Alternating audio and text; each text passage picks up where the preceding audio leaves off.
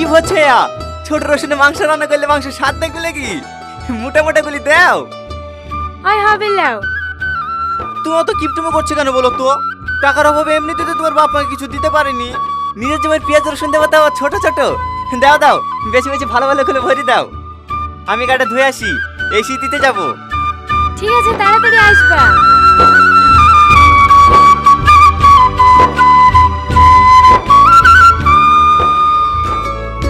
হে দেখেন আব্বা, হে পাঞ্জাবিটা দেখেন। আমার একটা বন্ধু বাংলাদেশ গেছিল, তাকে দিয়ে আনেছি। দেখেন আপনার পছন্দ হয় কি? আবার এসবের কি দরকার ছিল? তাই বললে হয়? বছরকার দিন আসছে। হে দেখেন মা, এটা আপনার জন্য 12,000 টাকা দাম। প্রত্যেকবার ঈদ কুরবানিতে এসব আবার নিয়ে আসার কি দরকার বলো দিনি? এমনিতেই তো অনেক দিয়েছো। আব্বা ভালো আছেন? হ্যাঁ হ্যাঁ মতো ভালো আছি। মা ভালো আছেন? হ্যাঁ আছি। আসলে সময় পাই না। ব্যাগে কি আছে বাপ? এই দেখেন আব্বা, পেঁয়াজের রসুন।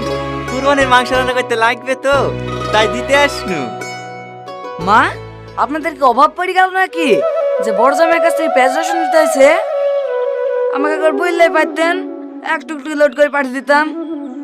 আরে না না মধু, আমরা কেন বলতে যাব? আমাদেরই তো ঘরে পেঁয়াজ রসুন পড়ছে। যাও যাও টনি, তুমি পেঁয়াজ রসুন ঘুরিয়ে যাও। এই ঘুরিয়ে যাবে কেনে? ভালোবেসে এসছে, এইভাবে অপমান করো না তো। লাউলি ঘরে রেখে দাও।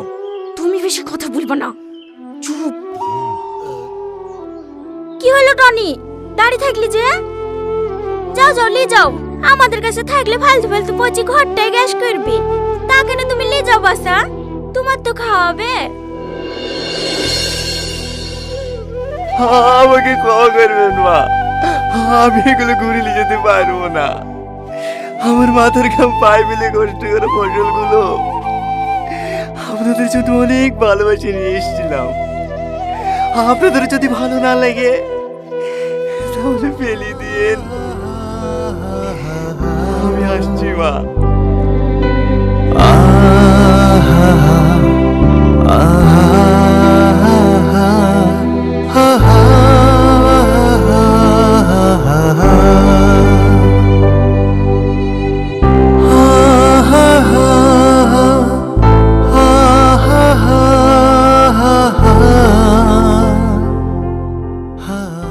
কি হচ্ছে ছোট রসুনে মাংস রান্না করলে মাংস স্বাদ দেখবে নাকি? মোটা মোটা গুলি দাও। আয় হবে লাও।